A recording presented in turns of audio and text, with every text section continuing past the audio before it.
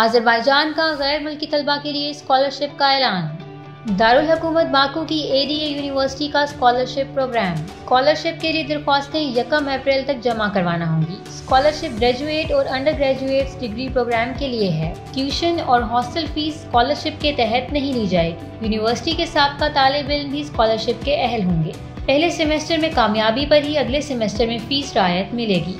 University के क़वाइद व ज़वाबित की खिलाफ वर्जी पर दाखिला मनसूख हो जाएगा। ग्रेजुएट स्कॉलरशिप प्रोग्राम 2 साल के लिए होगा। अंडर ग्रेजुएट प्रोग्राम के तहत स्कॉलरशिप 4 साल के लिए दी जाएगी। स्कॉलरशिप प्रोग्राम बिजनेस और इंफॉर्मेशन टेक्नोलॉजी की ग्रेजुएट और अंडर ग्रेजुएट के लिए होगी। पब्लिक एंड इंटरनेशनल अफेयर्स के डिग्री प्रोग्राम भी स्कॉलरशिप में शामिल।